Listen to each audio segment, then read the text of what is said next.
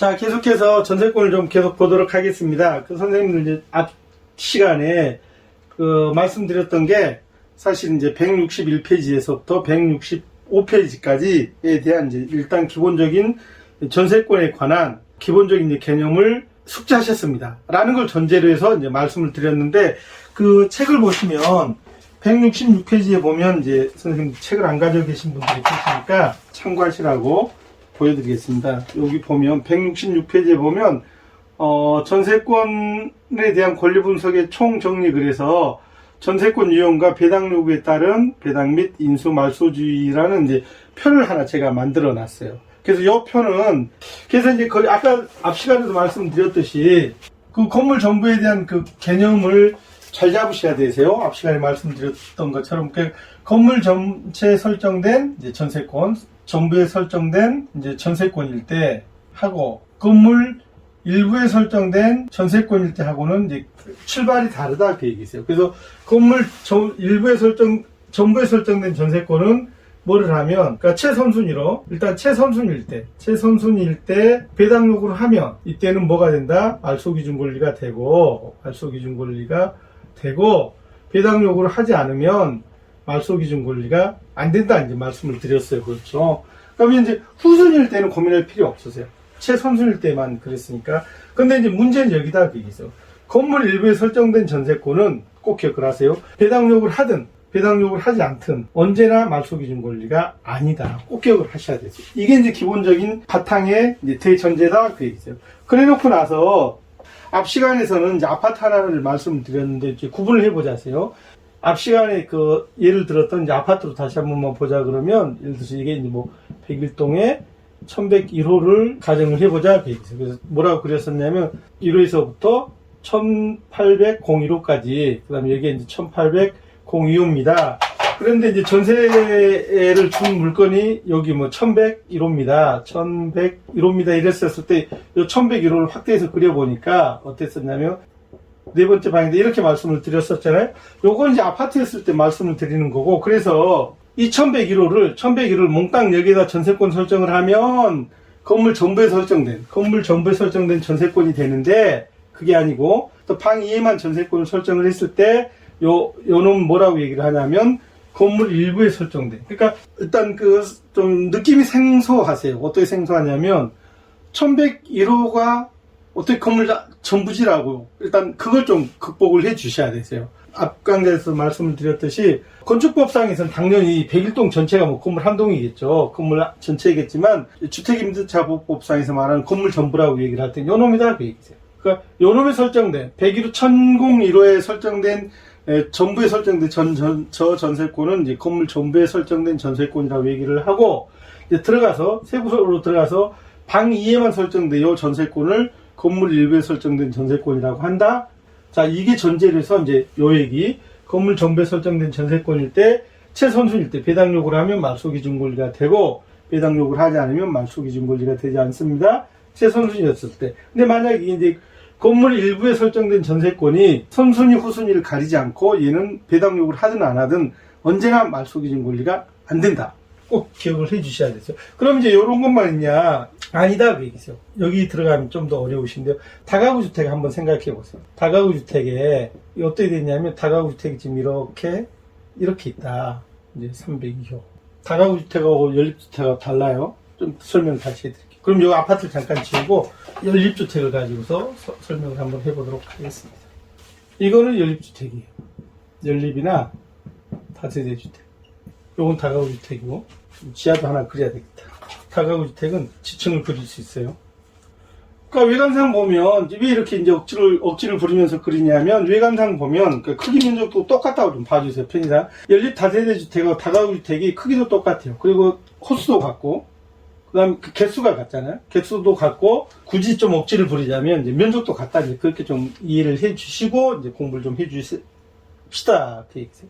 무슨 말이냐면, 연립주택이나 다세대 주택을 만약에 어떤 선생님이 연립이 통으로 경매가 나왔다. 통으로 경매가 나와서 요렇게 101호에서부터 402호까지 통으로 경매를 낙찰을 받았다 그러면, 선생님 이 낙찰자는 집을 몇 채를 낙찰받았다? 몇 개일 것 같으세요? 하나, 둘, 셋, 넷, 다섯, 여섯, 일곱, 8개를 받았을까요? 그냥 하나를 받았을까요? 8채를 받은 거예요. 그러니까 이게 요즘 쉽게 말하면 다주택자가 되는 거예요. 2주택을 넘어서 8주택이면 투기꾼의 이제 화신이 되는 겁니다. 그렇죠? 어쨌든 연립이나 다가구 주택은 아파트하고 다세대 주택은 아파트하고 똑같이 요 하나가 그냥 한 채예요. 건축법상에 그렇게 돼 있어요. 근데 다가구 주택을 한번 따져보자 그 얘기세요. 요건 A라는 낙찰자라고 합시다. B라는 낙찰자가 어떻게 했다? 그러니까 요렇게 지하 01호에서부터 하나, 둘, 셋, 넷, 다섯, 여섯, 일곱, 8개 호수로 되어 있는 다가구 주택을 하나를 낙찰받았다 가정을 하세요. 통으로. 요거는 저거예요. 그 집 전체다 그 얘기죠. 이 다가구 주택을 이 선생님이 만약에 낙찰받으면 이 B를 낙찰받은 이 양반은 주택을 몇 개를 낙찰받았나요? 하나 받은 거야. 한 채. 이거 하나가 그냥 단독주택이죠. 그러니까 잘 들어보세요. 여기서 이제 차이가 나는데 연립이나 다세대 주택은 요 하나가 한 채예요. 그래서 다시 어떤 선생님이 요 전체를 낙찰받으면 이 사람 8채의 낙찰을 받아서 8채의 주택 소유주가 되는데 이 B를 낙찰받으면 다가구 주택은 요 한 동 전체가 그냥 한 채의 집이에요. 자, 요놈이 만약에 어떤 선생님이 202호를 전세를 받았다. 이제 임차를 했다. 임차를 해서 요 202호 전체. 그러니까 아까 여기는 아파트는 요 전체가 건물 전부라고 그랬었잖아요. 건물 전체라고 말씀드렸는데 다가구 주택에 어떤 선생님이 202호를 전세를 얻어서 202호 전체에다가 임차를 한 다음에 여기다가 뭐를 했다? 전세권 설정을 했다고 가정을 해보자 그 얘기세요. 여기는 물론 여기도 방이 4개 있다고 방 1, 방 2, 방 3, 방 4가 있다고 가정을 해보는데 다가구 주택에 202호를 전세를 얻어서 여기에다가 전세권 설정을 했습니다라고 하면 여기에 전세권 설정을 한 이 사람은 건물 전체에 설정된 전세권자인가요? 아니면 일부에 전세권을 설정한 일부 설정권자인가요? 라고 하면 답은 일부에 대한 전세권자다 그 얘기세요. 굉장히 그 초보 선생님들이 실수하기 쉬운 데가 여기세요. 다시 정리를 하면 다가구 주택은 전체가 한 건물 한 동이 한 채예요. 한 채에 요게 한 채니까 202호를 전세를 얻어서 이 202호에 전세권 설정을 한 사람은 당연히 여기가 전부니까 여기에 전세권 설정한 사람은 어떤 전세권자다? 건물 일부에 전세권을 설정한 전세권자다 그 얘기세요. 그러면 이때는 이 전세권자는 배당 요구를 하든 안 하든, 그러니까 배당 요구를 하면 자신의 순위 최선순위니까 배당 요구를 하면 자신의 전세 보증금을 받고 이제 나가지만 그 다가구 주택에 설정된 건물 전부에 설정된 저 전세권은 배당을 하면 배당을 받아서 나가지만 뭐는 안 된다? 말소기준 권리는 안 된다 그 얘기죠. 만약 배당 요구를 안 하면 이건 당연히 배당 안 해주는 거죠. 그죠? 이게 이제 인수라고 이제 그렇게 보시면 되죠. 그러니까 이 부분을 왜 말씀을 드리냐면 그 책을 보면 경매물건에 설정된 전세권에 유형해서 166, 167, 그 다음에 168 보면 다시 나누어야 하는 그 168페이지에 그 위에 이제 그 방가로 3번을 보니까 구분해야 하는 전세권 유형 4가지가 있습니다. 이거 꼭 좀 읽어주세요. 그래서 이 부분도 가능하면 제가 그 스캔을 떠서 올려드리도록 하겠습니다. 그 다음에 이제 거기 보면 이제 그 토지 건물 별도 등기였을 때는 사실 이 기초 과정에 넣어놓기는 했지만 우리 선생님들한테는 약간 좀 어려우세요. 그래서 여기 이제 스킵을 하고 지금 우리 수준에서는 선생님들을 제가 뭐 무시한다고 욕하셔도 괜찮으세요. 뭐를 하지 마라.